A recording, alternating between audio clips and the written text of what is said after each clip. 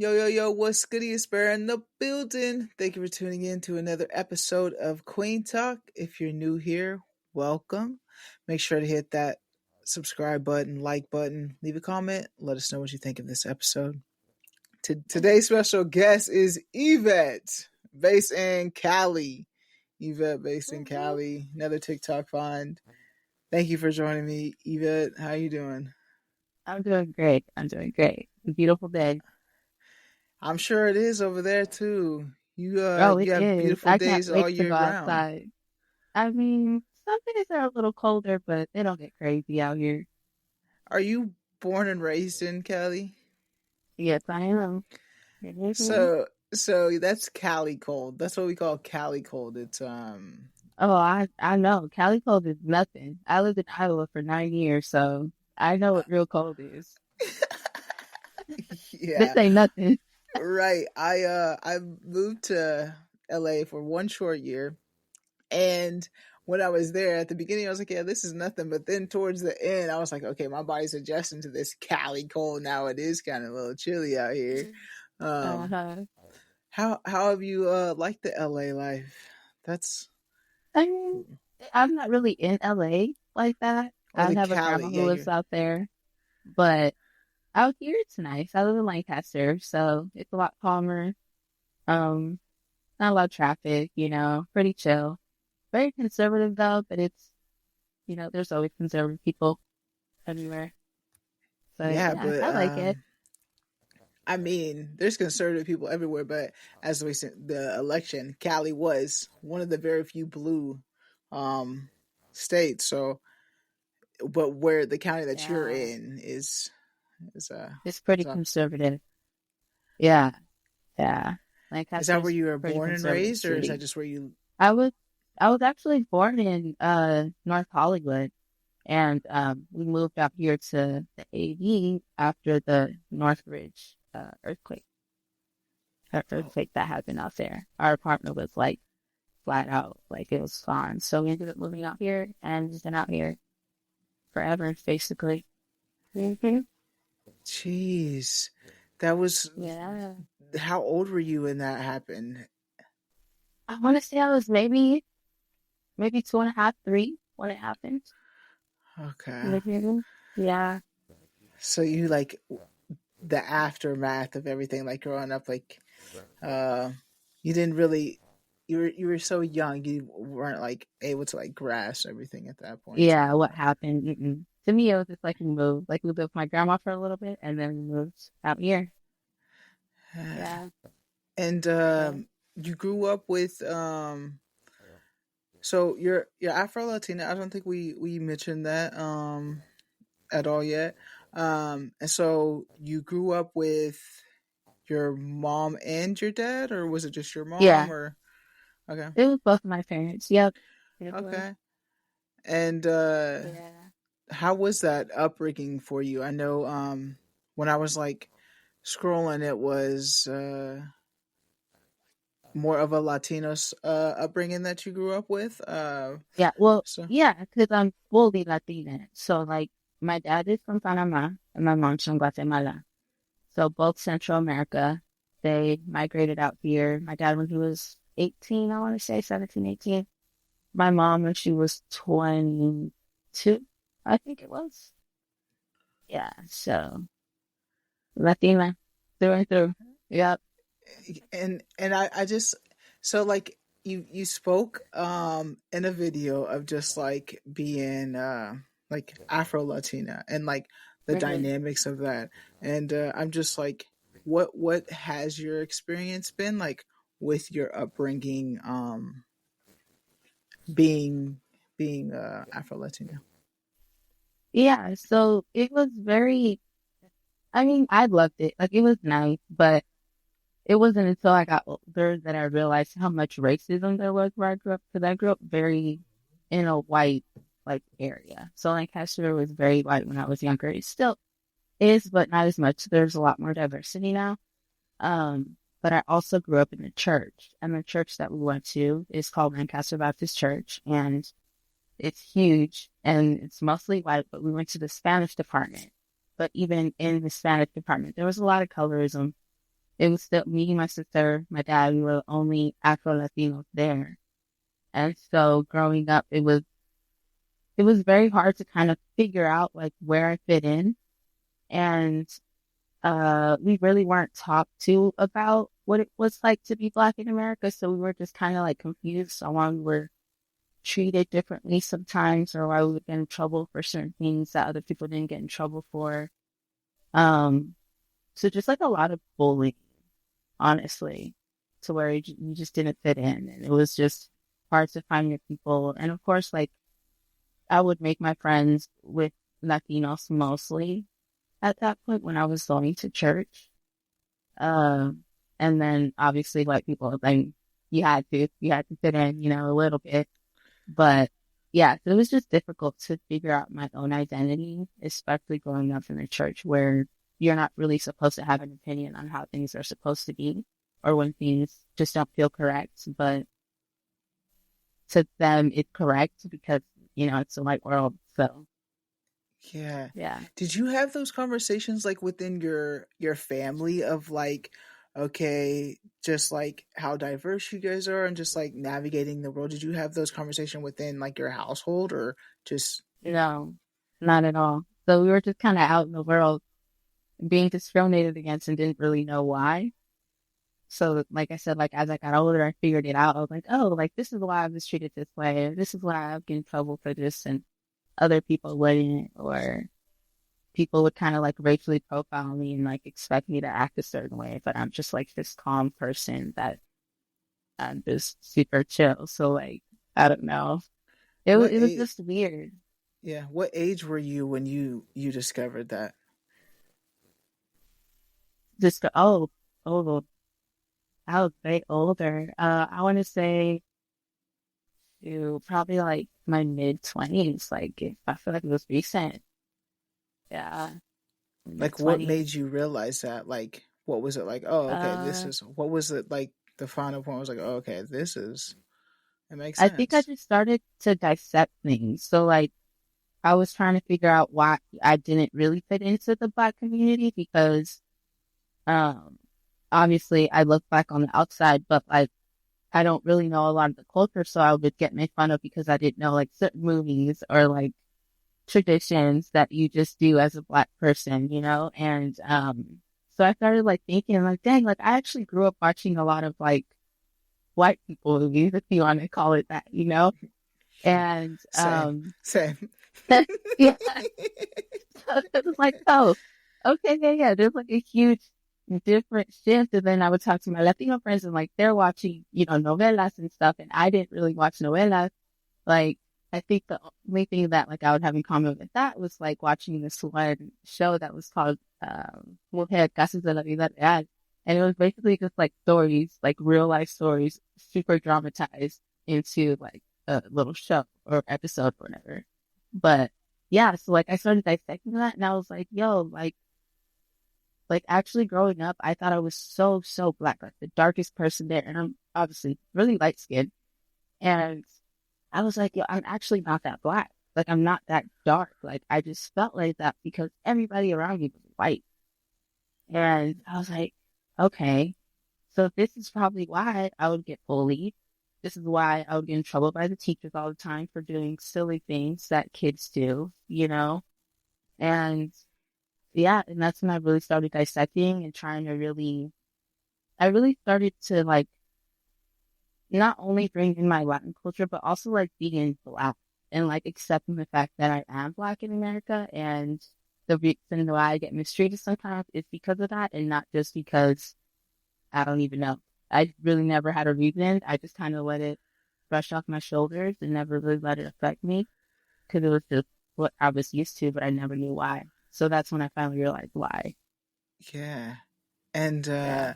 I think uh I've had this conversation with like a couple of other like biracial guests of just like Cool. trying to find the balance of like the middle area of like it's kind of like where do I fit in a sense. Hmm. Um and it so you're it's relatable. You're not the only one that's like feeling this way, of course, of um just trying to you're both. You're not one or the other. It's both, and like, yeah. Hmm. So I now that I have a partner who is half black and uh Hispanic as well, half Hispanic as well, I've it's definitely opened my eyes a lot more um Hmm. in that transition. So I understand what you mean by that. Yeah. It's definitely With difficult to navigate, but we get through. yeah, and with your family, do you feel like um you said you haven't had any conversations about that dynamic at all, but do you feel like your family has been supportive, or do you feel like you hear remarks from your family, either side, um, against one or the other, just in your family dynamics as well? Oh yeah, for sure. Like I get it a lot. So like I have a cousin who's Panamanian, but his dad is black. So like my auntie looks black, but she's Latina. She's actually Latina from Panama. But his dad is actually full black from America, and he always tells me like you're not black, like you don't know what discrimination is, like you light skin. Like he always gives me shit about that all the time, and I hate it. Like I hate it so much because it's like I understand that I'm not as dark as you, but I still get discriminated against. Like it might not be to the extreme, but it's still there. And then on the other side, like my mom's side of the family, who's light skinned, I get that whole mejorar la raza, which just means make the race better, which is it's actually just make the race lighter. And like you want to marry to somebody who's lighter skinned than you to make it whiter. And so like I get that on that side. So it's just like I can't find my space, not even within my family, you know? So it's a little difficult.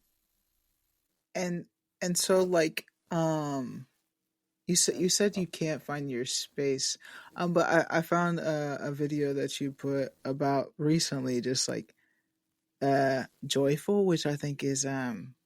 like a transition of just like living without anyone's permission, and you said that like that's how you've lived your life, which I think, like I said, do you feel like that also played in a role of like your coming out story of just like being different, like that also was just like, okay, I'm also part of the community as well? Yeah. Well, I feel like I've always kind of been different, but like once I came out, that was like it. Like not only am I, black Afro-Latina, but I'm queer. And then recently, I figured out that I'm also non-binary, and it's, my family just doesn't acknowledge any of that. So like within my family, my queerness isn't talked about at all. Like it's just everybody knows because I'm very vocal about it, but it's not something we talk about. So that's not really a conversation in the house or within my family dynamic, like outside of the house. But I don't know. It's just, I've always tried to see the like brighter side of things. Like I've been through so much in life that I think the only way I've ever gotten through it is to be joyful, to just be grateful for what I have. And, as long as I have a roof over my head and some food to eat, like, what else do I really need? And I think I started to see that perspective when I first got kicked out for coming out and I had to live in my car. I had to still go to school, still go to practice and do everything I needed to do on top of making sure I'm making money. So I How think old were having that you? experience, I was 18. I had just turned 18. So I had just got my car. So I was grateful I have a car. So it's like, there's always little things that you can be grateful for, even though there's kind of shitty people in the world or you're in a shitty circumstance. And the little things like that have just really helped me just find the little pieces of joy in life, the little glimmers. Yeah. Yeah. So you told your family that you were a part of the community at 18, and then And so you're like, okay, if this is the lifestyle you want to live, then you're on your own, or how did that play out? Yeah. So I've always been scared of my parents. Let's just put it like that, because we've never really been able to be open with any of our feelings. It was just like what the church says, it's what we do, and that's it. There's no questioning it. And so I knew that if I would have come out before I turned 18, they would have more than likely sent me to like one of those conversion camps. So I waited till I was 18. So like as soon as I was 18, I was like, all right, it's time. I think I waited, I want to say maybe a month after my 18th birthday. And one day before we were on our way to church, I was like, you know what, I'm not going. I'm done with church. And I was like, I'm moving out. And I didn't even have the courage to talk to them. I'm going to be straight up. I didn't have the courage to tell them. I left them a note and I left. And then I let them read it. I came back and I was like, okay, so like, how do you guys feel about this? Like, what's going to happen now? And they were like, well, if you're going to be this way and you want to live under our roof, that's not going to happen. Like, you either stop all that, go to therapy through the church, or you can't live here. So I was like, all right, well, I guess like I came for nothing. I guess I'm leaving, again. And yeah, that's how that happened with me coming out. And I didn't talk to my parents for, I want to say a year. And then when I talked to them again, they were like, no, we don't want to talk to you. They disowned me. They disowned me for, I want to say 3 years. And then they came around again. Wow. But it's just been like a little up and down relationship with my parents. Like it's not very, mm, I don't know how to say it, but there's no actual like connection. Like it's just like I'm their kid. And so like, of course they love me, but they just hate everything about me. So yeah, Damn, I'm yeah. sorry, Yvette. That is tough. Like, Hmm. and then you're out here spreading this message of like just being joyful and Well, getting yeah, of through it. course. Like, and that's really hard though. Like, that's it's good that you put yourself in that mindset. Like, that is very great on Yeah. you. Like, I know a lot of people like that. That would be tough to get through. Um, Hmm. that path and that journey of having to navigate on your own, and then um from the sounds of it, it sounds like even now, like there's still, so like you've been married, and Hmm. so were they involved in that at all? Like, have they come Oh around at all, or no. like, yeah. No, not at all. Not at all. When I told them I was getting married, I was like, can you guys please come out? So they're like, no, we're not supporting that. And I was like, all right, that's cool. Because I wanted to have a bigger wedding, but because they weren't going to be there, I was like, what's the point? So it was just small, intimate. Like my sister came out and, what was it? My ex's best friend was there and my cousin came out and that was it. And we just got married at like a cute little park.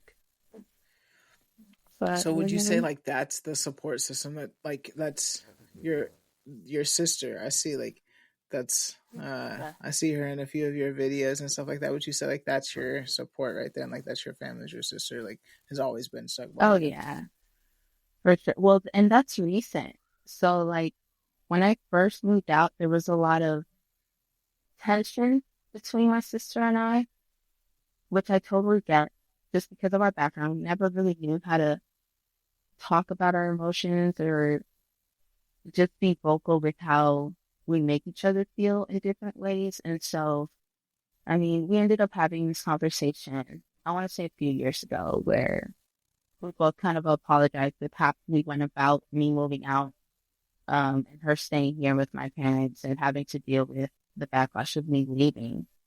Um, and so there was like a lot of resentment of like, I got out and she was still stuck here because she's also queer. And so it was just a lot of resentment in that moment. So it wasn't until I moved back a couple of years ago that we finally reconnected and like we started to to know each other again and figure things out. And she started to go to therapy and I started meditating and reading a lot of books. I couldn't really afford therapy, so I kind of figured out my own therapy. Uh, and that's what kind of brought us together again. We're able to talk about things, and she's definitely my support system now. Like, I don't know what I would do without her at this point. Yeah. That's awesome. Did you know that you guys were both queer during that time away from each other? Or did you guys find that out when you guys reconnected? No, well, I came out to my sister when like maybe like ninth grade. Like she always knew I was queer. Everybody knew, but no, at the same time. Like I don't know how to explain it, Yeah. but yeah. So like she always knew that I was queer, and but she didn't actually come out until I'm gonna say 4 years ago to like close friends, and then it was like maybe 3 or 2.5 years ago that she came out to my parents. Okay. Mhm. And so like your parents are like it's just you and your sibling, right? It's just you two. Yeah, yeah, it's So us too. how was your parents just like the same reaction for your Actually, sister? no, which I think that like hurt me so bad because, you know, she's an adult, she has her own money, and she still lives at home. And they didn't tell her she needed to leave. They just like ignored the whole subject altogether. Like it was just like she told them, they argued about it, and then it just was never talked of again. Wow. So that's where it hurt. It was just like, dang. So like you had a reaction with me where it's like I'm a kid still, didn't know anything, super sheltered, to just be kicked out of my household, you know? And then you got somebody who's grown and you just ignore the whole thing. You just don't even react or anything. But that's where my parents are very emotionally immature. Do So, you you said it's like you don't really have that close of a connection with him, but what does mhm. that look like now? Like you do you go over there? You guys like it's not like oh they don't want to see you or anything like or how is that Oh, dynamic? no. So, like, what happened was my ex and I moved back out here from Iowa, and I want to say we were out here for maybe 6 months, and then we ended up separating. And I didn't have a place to stay. So I ended up calling up my mom, like, hey, can I come stay with you guys for a bit? Like, I don't know how long. And she was like, yeah, you can stay as long as you want to, which that was like total shock. Like, wait, what? I can stay as long as I want to? Like, that's weird. But okay, cool. Of course I'm going to take it up because I had nowhere to stay. And so I ended up moving in here. The first year, which was last year, was really tough. Like, I slept on the floor, like, I really didn't have my own space. Um, but like now it's like, okay, like they finally let me get a bed and like I was able to rearrange the room a little bit, take some stuff out that was mom's. And so like now our relationship is more so like regular stuff. I don't really know, like we talk about the weather or something or like food or different exercises or we're both into like health and stuff. So we'll talk about health a lot. Um, but that's basically about like it. Like when I first moved here, I was obviously super depressed, very sad. I barely came out of my room. You know, after being in a relationship for 12 years, like it was the right decision to make, but it was still hard to let that go. So I went through a phase where I was very, very sad. And she never asked me about it. She never asked what happened, why I came by myself, nothing. Like it was just, we're not talking about that, but you could stay here. So I'm grateful for it. So I feel like naturally um in these podcasts of just like it's safe to say that majority of these conversations that I've had with these people of color are that we don't talk about emotions with family Hmm. in general like the conversation of just like being vulnerable with one another it doesn't happen No. unless it's at a funeral um Yeah.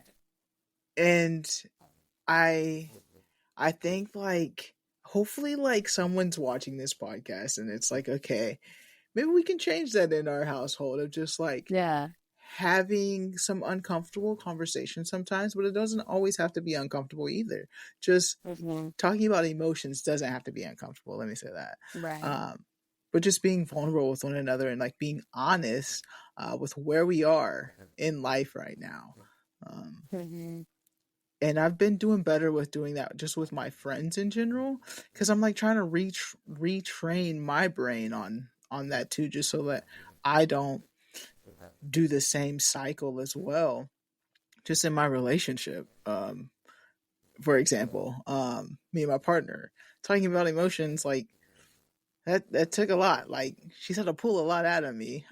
We've come a long way, but just like having to retrain everything that like you grow up with them not doing that, um, Mhm.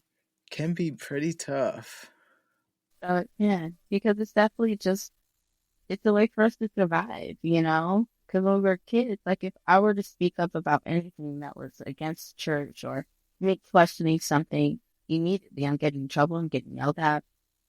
I don't want to get in trouble. I definitely don't want to get yelled at, and I definitely don't want to get overbeen. So like I would just be the perfect little child until I can leave.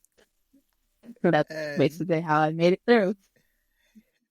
my partner never got her ass whooped before growing up, and I'm just like, she's like, she the way she says it, it like, man, makes it seem like I was like really beat. Like that's But see, that's child. the thing. We were though. It's just it Yeah, was so ingrained in us that it was normal that it was like, wait, it was just like a regular weapon, but it wasn't. Like I didn't yeah. get that many growing up because, like I said, I was very scared of my parents.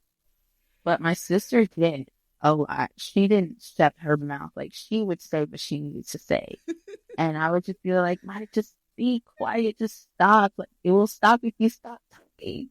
Stop talking." It's not something, Mom, just stop. She's fine. I'll tell her to stop. You know. But you know, she had a mind of her own. Yeah. I was too Uh, scared to though. yeah, I think yeah, it's changing though. Like now you're becoming like the complete opposite of just like Oh yeah, but that's growth. You know, that's yeah. just growth. You choose to grow. You choose to relearn things and reteach yourself the right way. And I still take a lot of what I learned in the church with me, which is why I feel like I'm such a joyful, just want to spread love person because I did take all the good out of that. And so, like, I don't know. It's just, it's something you just have to kind of get through and learn to just stand up for yourself and talk about the things that matter to you. Because if my mom just say anything that's just kind of sideways, I will say something. Like, I'm not going to keep my mouth shut at this point, but I'm very respectful about it. But sometimes it can get to the point where she gets so frustrated that she'll just kind of like walk away from the conversation. Cause I don't know, I dissect it a lot when it comes to religion and like family dynamic and everything. And I think that's what helped me to be able to even live here in a, you know, quote unquote toxic environment. Yeah. What is your relationship now like with religion and God and stuff like that since you exited at I don't 18? I don't really have any religion relationship. I feel like I'm more spiritual.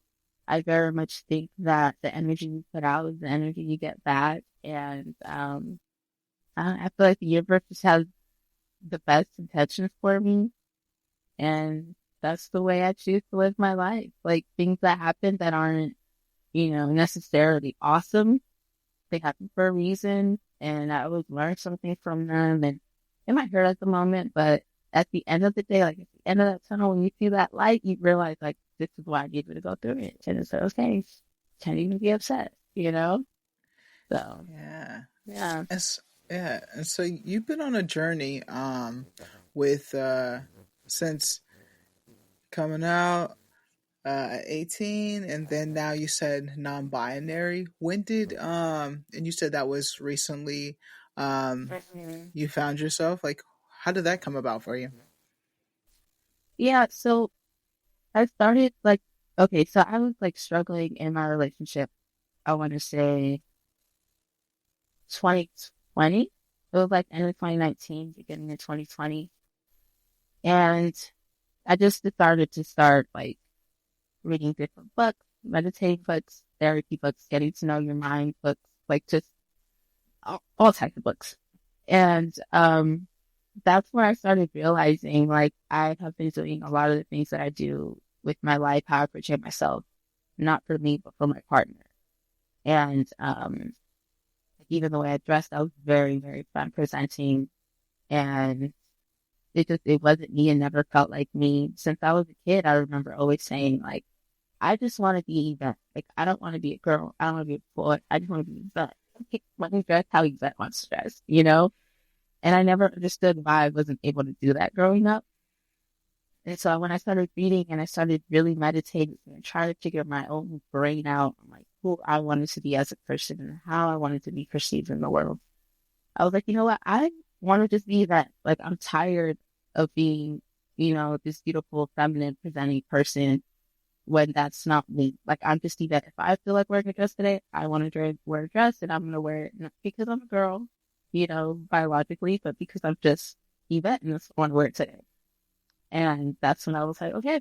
Then I ended up coming out to my partner, and that was that was very difficult for her at the beginning, but it was definitely something I needed to do. And after that, I feel like that was like it for me. Like that was like the last chain that I needed to just like break to be able to like be authentically myself. Yeah. Yeah. So I love your swag, by the way. Thank you. I'm like the I'm like I've said this on the past, but just like my fashion game's not there. I'm trying to get it there. And in 2025, I'm gonna get it there. I'm You speaking that are. into existence. Like it's going to get there. I Um love that. because I've been in the switch up too of my own, just like being like clothes are clothes, right? Just like being free and like letting it represent your personality too. Yeah, so I hear you on just like also just like good for you on just like being able to come to the sense of just like okay, this is who I am, and just like live in that truth even with like having a partner, and like just like that transition of just like having to come out again essentially in a different way. So and now it looks like you're doing better, like you're thriving in a way. Like do you feel like you have seen changes within yourself since you've been able to live in your truth now? Um, yeah, I feel like I'm like more proud of myself because like there's not this piece that I'm just kind of like hiding and tucking away. So like I feel like I embrace every day, like happy that I can be myself and like I don't know, just embracing every part of me. And I know for a while like it was hard just because like moving here, I gained a lot of weight and I've always been very self-conscious about my weight, even though I've always been pretty skinny. And like a lot of my stuff didn't really fit this past year. And for a while I was like a little upset, but I was also happy because like I liked the weight gain. Like I actually liked the extra fat. But I was so used to and like ingrained that like, you had to be skinny, you needed no fat, like no pudge, no nothing. Like you just needed to be a twig. And so like that was hard, like a little bit transitioning this past year because like, my boobs got bigger a little bit and like there was that body dysmorphia to where like I don't have that flat chest that I'm used to having. And so that part of it was a little bit of a struggle, but I'm kind of learning to love them. It's a little hard still, but they're there. Yeah. Still Yeah, just but like figuring it out though. oh yeah, for sure. I feel like it's something I don't really think about it much. I just like to be myself and be me every day. But some days are a little harder just because I do want to be looking a little bit more on the masculine side. And because my boobs have grown a little bit more, it's like I can't really do it fully how I would like to. But yeah, I'm learning to love that part of me. Yeah, well, good for you. Good for you. And so you're single. We didn't really talk about like your past partner much, but I'm just curious, like, what is your like, sexuality wise? Like, are you? How do you identify in the community? And they say Well, for a queer, but that's while, an umbrella. So it's like, it is. are It is. I think it's because like for a while I was kind of identifying as pansexual, but once I separated from my ex, like I realized that it wasn't me like needing to like broaden like who I could date, but it was just more so I wasn't really happy in this one, so I wanted to have all the options, you know. But like now that I've been single for a while, like I'm definitely just lesbian. Yeah. So yeah, yeah, I love ladies. Yeah. Yeah. Figured that out. Yeah, And growing and up in here, Cali, do you feel like you found like a lot of is there spaces for lesbians that you have found? Like we've talked about this, like there's places for the gays. We see the boys out often everywhere. yeah. But for your experience lesbian wise, just the femmes, the studs, the women. Have you seen that for Uh, I'm not really out here in Lancaster, um, but when I was younger, you know, first exploring everything, I did go to a few clubs. Like I went to the Catch. I think that's what it was called. I don't really remember, but that one was very clear and it was really cool. Like it was sectioned off to where it was like a gay side. So like they would have for the men and then the other side was only for the ladies. And I always thought Oh, that was the coolest thing ever. Yeah. But that's the yeah. only experience I've really had when it comes to like the lesbian scene. Like right now, I've just been mostly trying to like find events because I don't drink, and a lot of events are around drinking, and so I've been trying to find different things. So like I think it was 2 weekends ago, I went to like this little like pop up bread event. It was just queer people, and that was really cool. Make what are you guys doing? Making bread or No, you said we didn't. So one of it was like this one girl, her name was Morgan. She started to make bread. And so she just brought a few of us together and she made bread and like different dips. And like we got to try her bread and then buy some if we wanted to, just to like support somebody in our community. And it was that's really cool. dope. That's Yeah, it was dope. really cool. And then the people who wanted to drink like bought a bottle of wine and like that was it. It was like super chill. So it was Congratulations on your sobriety, by the way. It's at least thank three you. years. I know that. How long has it been? Yeah. Now? Yeah, it's almost 4, so it'll be 4 in January. Ah, good for Yeah. you. Yeah, thank you. What got Definitely you? needed to happen. Yeah, like what got you to that to s- to transition? Um, a lot of this of my transition happened because of my relationship. Honestly, uh, I just felt like I was leaning too much onto it. If we want to be technical, I was definitely an alcoholic. Like I needed to drink all the time. Like if I wasn't, like I was thinking about it, and it just came to the point when I decided that I wanted like turn everything around and start my own, you know, quote unquote therapy because it was really therapy, but it was. I was like, you know what? I don't think drinking has been helping, so I just decided to stop. Like it was, it was just a night. I was home by myself. I was drinking and I was sad and just thinking about life. And I was just like, you know what? I don't think this is being like helping me at all. Like if anything, I'm staying down longer and hangovers suck. And I just decided to stop that day. I was like, you know what? Tomorrow I'm throwing all the alcohol away and I'm done. Like, Good for and that was you. it.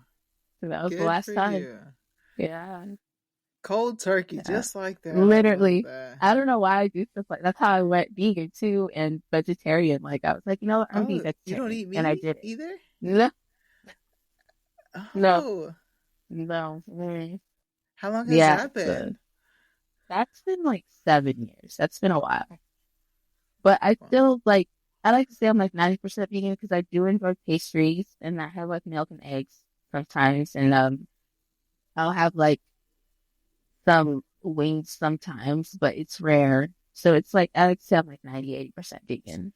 Yeah. yeah. And then of course some stuff has leather. So like there's a whole spectrum to being vegan. For me, it's just more so just, I want to take care of my body and the animals because I love animals. So yeah. Good for you. I feel like that's like hard and stuff. let's see. It'll be close to 3 years. I used to be a chewer. I used to have Oh, one little okay. dip in my mouth all the time, all day, every day.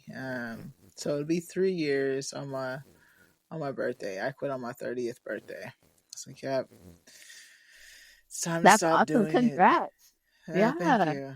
Thank you. Shout out to my partner who pretty much forced me to do it.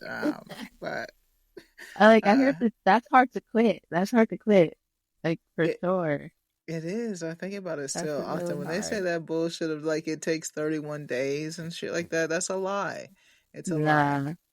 It's it's a constant. It's not constant anymore. But like I'll Mhm. randomly have cravings. Like man, I want Oh one right yeah. now. Oh, that's how I felt when I heard about the election. I was like, I need a drink, like just to start at the tequila, just one quick one. I'm like, nah.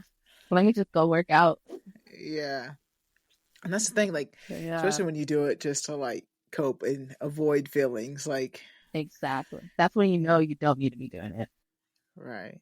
Mhm. And you brought it up, the election. What was that like for you to like?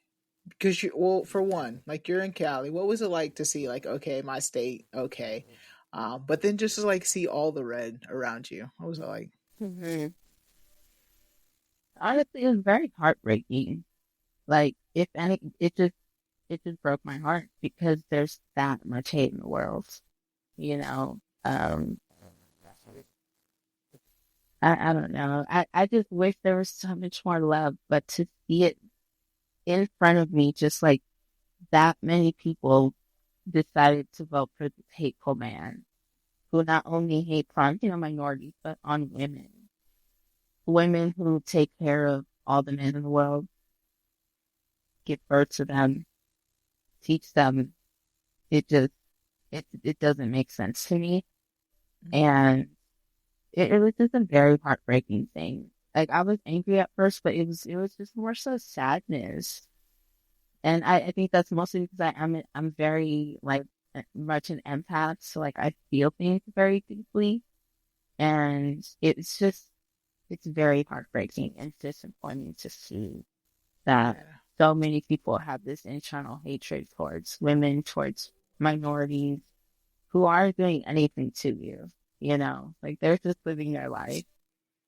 And yeah. it just makes me really sad. And yesterday I went to there's this little town called Tehachapi about an hour away from here. That's usually where I go thrifting. And I was, having a great day. And then I started seeing a whole bunch of Trump signs.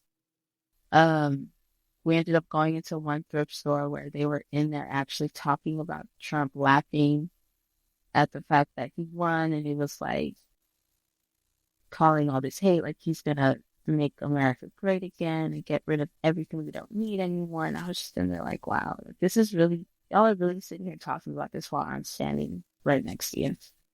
Like, like you really don't care about how you make other people feel, about how people are just out here living their lives trying to just be happy and enjoy life. And all you care about is the fact that white people aren't really in like this high standing, you know? Yeah, I did So see that. Yeah, it's tough. Like it was emotionally just draining. That day was just like so heavy. Personally, for it me, I was just was. like, man, and it was heavy because for me, like I'm in all this red. Like this is where I live. Um, so what state And are you in? I'm in Kansas. Oh yeah. Uh, I'm right in the Cool. center of it all. But you know that commercial, how it was the Kamala Harris commercial where it had like the conservatives talking about like if my wife goes and votes for her, that's cheating. That's cheating. Um Mhm. Instead of, because it was like, you don't have to, you can keep it a secret of who you vote for. Like I feel like Mhm. that commercial got like reversed on us. It was like we can keep it a secret if we vote for Donald Trump. They're never gonna know if I actually voted for his Mhm. ass or not. Like we can keep Yeah. it up in the air, and like I can say I voted for Kamala, but I voted for Trump, and I don't know. I feel like I don't know. Do you have anybody close to you or that you would assume that potentially could have voted for Trump? Yeah, my parents. Yeah, And like we haven't had that conversation, but like I think I don't want to. Um, I already struggle with my relationship with them, but I just if they were to tell me that, I think that would probably break me. Um, and like I was talking to my sister about it yesterday because I'm like, I really feel like that voted for Trump, but I don't want to bring it up. Like if I do, like things are going to be sad and I don't want to hinder the little bit of relationship that we have already. And yeah, it's just, I feel like it's hard to navigate a relationship where you aren't fully accepted, but you want to keep that relationship, even if it is the bare minimum. And that's my choice. You know, if I had the choice to cut them off, I don't know if I would. And it's a different decision for everybody when it comes to parents who don't accept you for who you are. But for me, I don't know. I think it's just how we grew up and were raised. Like you're just supposed to take care of your parents. Like they're older, they're in their mid 60s. Like for me to cut them off now at their older age, like I just couldn't see myself doing that. I don't know. So it's just like I just would rather not have that conversation, even though I'm pretty sure he did, and it yeah, hurts. But to hear the words for it to come out of his mouth, I don't want to handle that. yeah. I Yeah. feel you, and I'm the same way. Like I feel like I know some people that did. I just rather not ask too. I'm just like, but it's like it's noted. Whether I don't Mhm. ask or not, it's definitely noted. Yeah. Like, okay, because I've seen like that post, like, oh, you're immature if we can't be friends. People are throwing that friends were too loosely, too loosely. Yeah. We might be Yeah. associates, acquaintance, Hmm. maybe colleagues, but not friends. Like my Hmm. friends, my family. Um, yeah, people. I wouldn't call you if I don't. If you're not someone who I would call, like, then yeah, they just throw that Hmm. around too loosely. Yeah. I agree for sure. But we'll see. I'm gonna be hopeful though. Like what we gotta be like, right? Like I Oh yeah, can't for sit sure. here and be in like this funk the entire time, right? I gotta hope that the people that voted for them don't really, but they really believe like that. It's they're not trying to take away our rights. So Mhm. Yeah. that's It's just difficult. this Like, isn't a point to where I want to be like I told you so. I really want you to be fucking right. yeah, yeah. Please be right. Shit. I So think right what? now too, it's like there's so much hate on TikTok, like not only, coming from the red states and stuff, but I feel like it's coming from the people who did vote the right way, I feel like, for Kamala. But um yeah, like I hope they're just wishing so many horrible things to these people and I just don't think that we should be doing that. Like it just hurts me because like now our community is being hateful too. And like I get that it sucks that they hate us so much, but for us to stoop down to that level and be hateful as well, like that's the part where I'm just like, I don't like that. It's like stick to us, stick to our community, empower each other, show love towards each other. But all the hate being pushed out right now because of the election, that's the part where I don't like. I wish people would stick to the love side and Yeah. instead of focusing on all the things we're angry about, like let's come together, like really come together. Hmm. Yeah. I agree. and I'm gonna continue to push my platform, Queen Talk, and everybody's voices is amplify the voices that need to be heard. Like they ain't finna shush Hmm. us. Shit. Like, um, we're gonna continue to grow the community, build the community up. And I feel like like in Cali, there's multiple ways that they're doing that. Um, but I feel Oh like yeah. here in Kansas, like these red states, we definitely gotta band together and get some shit together, get it together. Hmm. Yeah. Um, so It's hard though, because then that one person, somebody has to start organizing it, you know? yeah, So, yeah, the yeah. fight's not over for sure, for sure, for sure. Hmm. It's gonna be okay. Everything's gonna be all right. We're gonna do this joyfully without anyone's permission. Yvette, That's right. Yvette, that's right. Yes. Man, Yeah. is there something in your story that like we didn't touch on that you're like, yeah, I really wanted to talk about that today. I really wanted to get that out. Let everybody know this about me. Um, I don't, I don't really know. I don't really Okay. know. I think just to hit a little bit on my past relationship, um, like I have so much love for my ex. Like I will never have hate for her.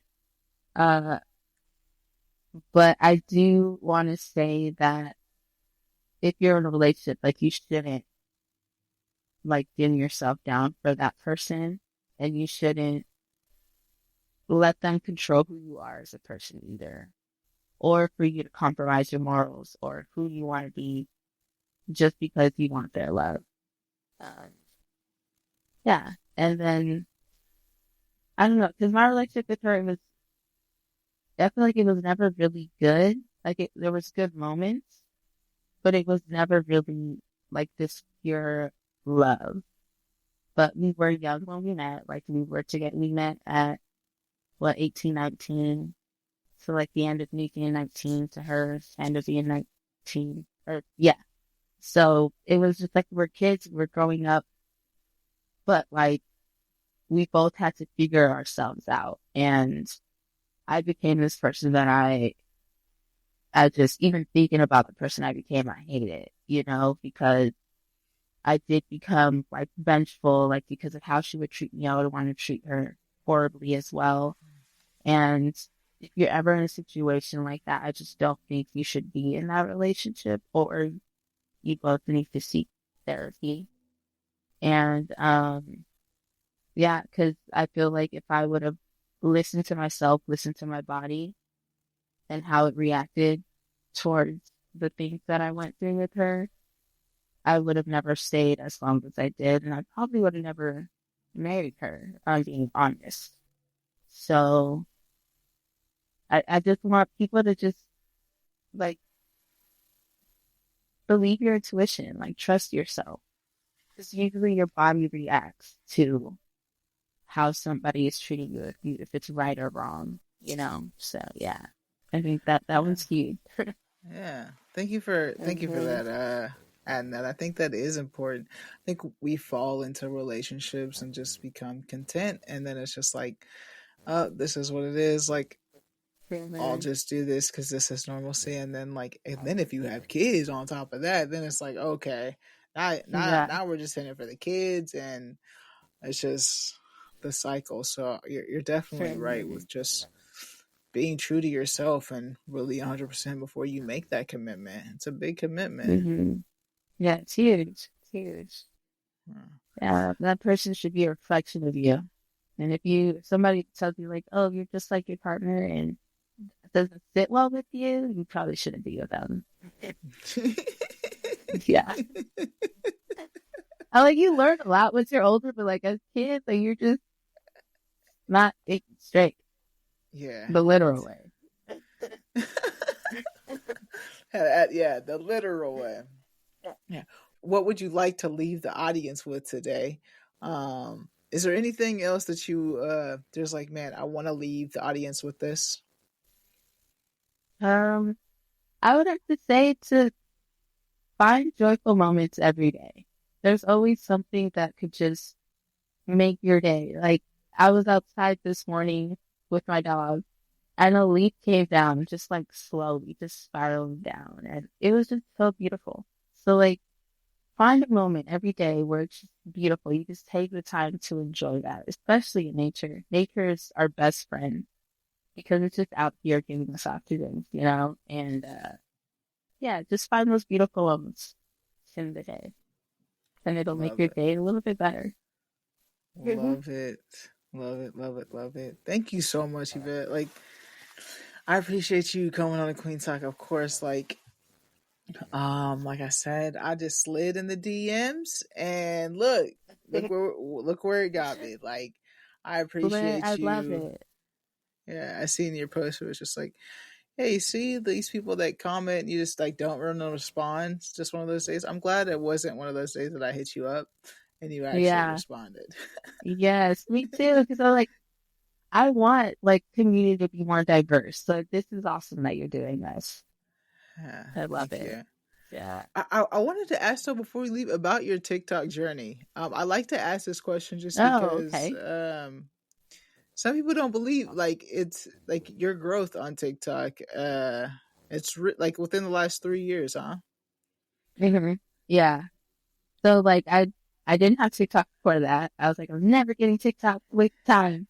And once I finally got it, I was like, okay, this is cool. But I'm like, I want to see more people who look like me, who like, I don't know, have a different vibe. Like, it's not about hate or like drinking or anything. I just wanted to be like fun, lighthearted. And that's when I started getting into thrifting. So I was like, well, I might as well show my outfit, you know? So that's kind of how I started doing it. It's just like going thrifting, showing my outfits, like, and that was it. And then people just started following me. I'm like, okay, that's cool. Like, I don't And know, have just like you? creating a safe space. Yeah, yeah, it's dope. And I see hmm the community that you're building. It is growing. So you're doing great. Like I said, I love your style. So I'm taking Thank notes and you. taking tips. So those Yeah, I those like to clear say I'm in my glasses that grandpa you have, era.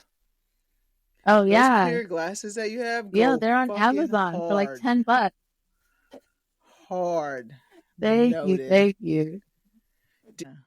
Yeah. I love that though. I love that. Like that's why Queen Talk I want to do that was because of the representation that was needed to hmm see other queer people of color. As you heard, Kansas, there's not a lot of people of color, let alone queer people of color. So, So right. um, starting that community, like trying to find all of us and that are in pockets and put us together.